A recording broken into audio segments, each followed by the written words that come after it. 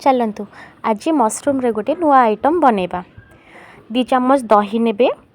जदि आपणकर दही खट्टा नहीं ताले आपण 3 चम्मच नहीं पारिबे। मो दही जेतु खट्टा थिला सेति पई कि मु 2 चम्मच ही नेछि। तापरे आपण चिकन मसला नेबे। देखो तुम एठी मेजरमेंट करके नोनी आपण मेजरमेंट करके 2 चम्मच लेखे पकेबे। तापरे काश्मीरी रेड चिली पाउडर नेबे। तापरे गरम मसला नेबे। तापर आपण पाखे जदि बिरयानी मसला थिबो ताले बिरयानी मसला भी नेबे।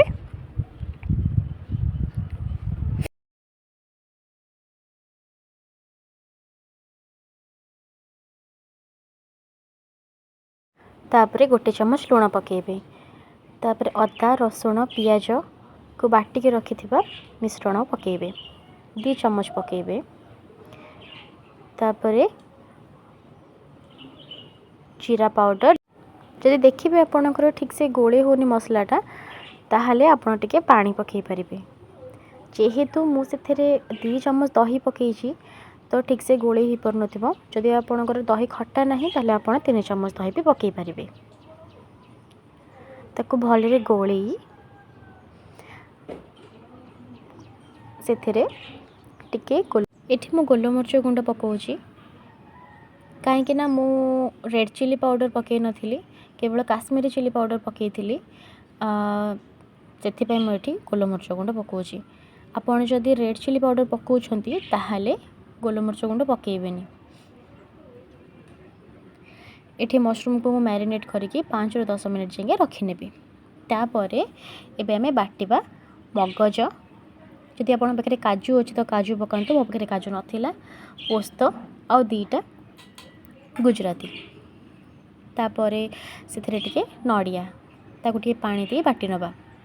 बाटी सारला परे ताकू सेथरे पके मैरिनेट कर दबा। तापरे सरू सरू करके काटिथिबा पियाज को ताकू जेमती बिरयानी रे पड़े ना जेमती बिरयानी रे पूरा पूरी भजा हेथिबा पियाज सेई टाइप रो नेकी भाजी नबा। आ टिके तेल देकी सेथिरे हमें जो छतु को मैरिनेट करिथिबा से छतु को पकेकी हाई फ्लेम रे भाजी नबा।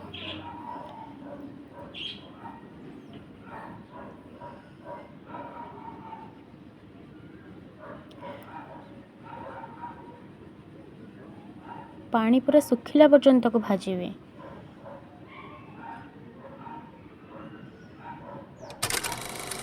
देखंतु एबे हमर पानी पूरा सुखी जाइछि।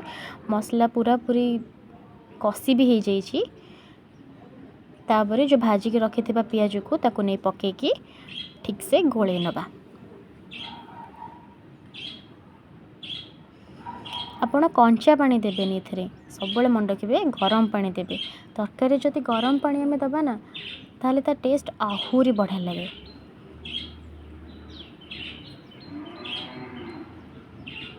आपण पाखे जदि फ्रेश क्रीम थिबो ताहले फ्रेश क्रीम पकेइबे। मो पाखे थिला सेति पई मो पकेइनली। जदि नथिबो आपण स्किप करि परिबे।